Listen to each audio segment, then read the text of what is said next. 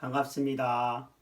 오늘 우리는요, 거룩한 공교회를 믿사오며 이 교회에 대해서 한번 함께 살펴보려고 합니다.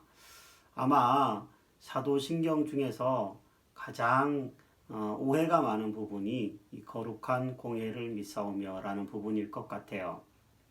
여러분은 지금 다니는 교회가 몇 번째 교회인지 한번 먼저 생각해보고 시작했으면 좋겠습니다. 우리 주변에는요, 교회를 다니다가 상처를 입었다고 하면서 교회를 다니지 않는 사람들이 더러 있습니다. 더구나 원래는 코로나가 확산이 되면서 많은 사람들이 교회에 가지 않고 인터넷으로 예배를 드리는 경우들이 늘어나서 과연 교회를 꼭 다녀야지만 되는가 라는 의구심을 가지게 하는 한 해였습니다. 여러분, 교회는 어떤 곳인지를 좀 알면요, 교회를 안 다녀도 되지 않을까? 그냥 집에서 믿으면 되지 않을까? 이런 얘기는 할 수 없게 될 줄로 알아요. 교회는 카할 혹은 에클레시아라고 하는 히브리어와 헬라어를 쓰는데요. 어디로부터 부름받은 자라는 뜻이에요. 세상으로부터, 죄로부터 하나님이 믿도록 불러내신 사람들이 그 모임이 바로 교회입니다. 교회 그러면 우리는 붉은 벽돌의 교회당을 생각하는데 그거는 교회당이지 교회가 아닙니다. 교회는 믿는 사람들의 모임이 교회예요. 이 땅의 교회는요, 분명 완벽한 교회는 한 곳도 없습니다. 세상에 있는 교회도 그렇고요. 심지어 성경에 나오는 교회들도 보면 완전한 교회는 세상에는 없어요. 그럼에도 불구하고 하나님은 교회를 통하여서 일하시기 때문에 교회는 이 세상에서 꼭 필요한 것이고 믿음의 사람들은 교회를 통하여서 함께 하나님의 가족이 되고 또 하나님의 일을 감당하게 됩니다. 우리가 속한 가정들이 있죠. 가정은 완전하지 않습니다. 부모도 불완전하고 자녀들도 그렇죠. 하지만 가정은 우리에게 꼭 필요한 것이죠. 마찬가지로 신앙생활에 있어서 교회는 완전하진 않지만요. 교회가 없이 신앙생활은 이루어질 수가 없는 것이라고 말할 수 있습니다. 그럼 교회는 뭘 하는 것이죠? 교회는요. 위로는 하나님을 예배하는 곳입니다. 하나님과의 만남이 있는 예배가 드려지는 곳이 교회이죠. 또 교회는 속으로 보면 하나님의 말씀을 배우는 곳입니다. 우리 자신을 위해서 함께 말씀을 배우고 자라가는 기쁨이 있는 곳이 교회이죠. 밖으로 보면요, 교회는 세상을 섬기고 또 이웃을 구원하는 일을 위해서 존재하는 곳이 교회입니다. 함께 섬기며 또 함께 예수님을 전하는 생명 공동체가 바로 교회이죠. 성경에는요, 교회에 대한 비유들이 참 많이 나와요. 예를 들면 교회는 가정이다. 교회는 살아계신 하나님의 집이다. 하나님의 밭이다. 또 함께 지어가는 건물이다. 이런 식으로 여러 비유가 나오는데요. 그러나 그 비유들 중에서 가장 중요한 비유를 한 가지 든다면 교회는 예수님의 몸이다 라는 비유입니다. 교회는요, 예수님이 머리가 되시고 성도된 우리가 다양한 지체가 되는 예수님의 몸입니다. 몸에 붙어 있지 않는 지체가 있을 수 있을까요? 그것은 이미 죽은 지체입니다.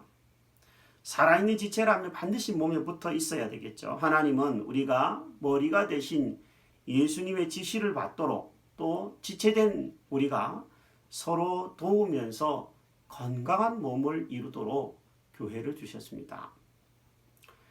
이 교회를 우리는 믿습니다. 그런데요, 이 교회를 거룩한 공회를 믿는다라는 표현을 사도신경에서 썼는데요. 이것은 이제 카톨릭 처치를 믿는다, 영어로 이렇게 표현을 하고 있어요. 어떤 사람은 카톨릭이라는 말이 들어갔다고 해서 이거는 사도신경은 카톨릭 성도들이 믿는 것이기 때문에 오랜 전통을 생각해서 믿는 것이지 우리 개신교에서는 기독교에서는 믿을 필요가 없다 이렇게 말하는 주장하는 사람도 간혹 있습니다. 그러나 그렇지 않습니다. 이 말은요, 어떤 민족이나 어떤 시대나 예수님 안에서 교회는 하나라는 것을 의미하는 표현입니다. 예수님을 믿는 성도라면요, 2000년 전의 성도이든 지금 성도이든 미래의 성도이든 하나라는 얘기예요. 피부 색깔이 다르더라도요, 흑인이든 백인이든 황인종이든 아니면 지역이 다르고 지식이 다르더라도요, 예수님 안에서 모든 성도는 하나의 교회를 이루고 있음을 이 가톨릭 처치, 즉 공교회는 얘기해 주고 있는 표현입니다. 이 세상에는 가끔 이런 교회가 있대요. 백인들만이 모이는 교회, 반대로 흑인들만이 모이는 교회. 우리나라에는요, 전라도 사람만 모이는 교회, 경상도 사람만 모이는 교회, 박사들만 모이는 교회도 있다는 얘기를 들은 적이 있어요. 그러나 그것은 정말 별로 좋은 건 아닌 것 같아요. 교회라는 곳은요, 강한 자와 연약한 자가, 또 배운 자와 배우지 못한 자가, 많이 가진 자와 적게 가진 자가 서로 도우면서 예수님 안에서 하나 되어지는 몸을 이루는 그런 곳이 교회이거든요. 그러므로 조금 부족하고 조금 연약하여도요, 하나님이 주신 이 교회, 그리스도의 몸된 교회 안에 속하는 것이야말로 바른 신앙생활을 배우는 중요한 계기가 되어집니다. 마무리해 볼게요. 존 칼빈은요, 교회는 성도의 어머니라고 했습니다. 우리 다 어머니가 있죠. 어머니가 없이 태어난 사람은 없죠. 어머니가 없이 태어나는 사람이 없듯이 교회가 없이 신앙생활을 시작하는 사람도 없습니다. 그런데 어머니는 불완전한 모습들이 많아요. 그럼에도 불구하고 어머니를 통해서 새로운 생명이 태어나고 자라죠. 교회도 마찬가지입니다. 비록 완전하진 않지만 교회를 통해서 성도는 태어나고 믿음이 자라게 되어 있습니다. 여러분과 제가 섬기는 교회는 하나님이 일하시는 영광스러운 교회입니다. 조금 부족하더라도 그것을 비판하거나 정죄해서는 안 됩니다. 교회를 떠나는 것도 더더욱 안 되겠죠. 교회는 하나님이 일하시는 귀한 곳입니다. 그러므로 우리가 하나님을 믿고 구원자 예수님을 믿고 성령님을 믿는다면 동시에 교회를 믿고 그 교회 안에 지체가 되어서 섬겨야 할 줄로 알아요.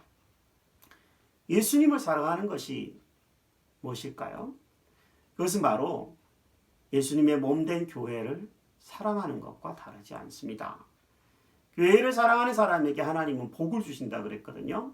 자녀의 복, 형통의 복, 이런 복은 교회를 사랑하는 사람에게 주신 복이에요. 여러분이 그 교회를 사랑함으로, 교회를 믿고 섬김으로, 그냥 다니는 것이 아니라 섬기고 사랑함으로 하나님이 주시는 복을 많이 받아서 누리는 복된 성도들이 되시기를 바랍니다. 다음 시간에 뵙겠습니다. 샬롬.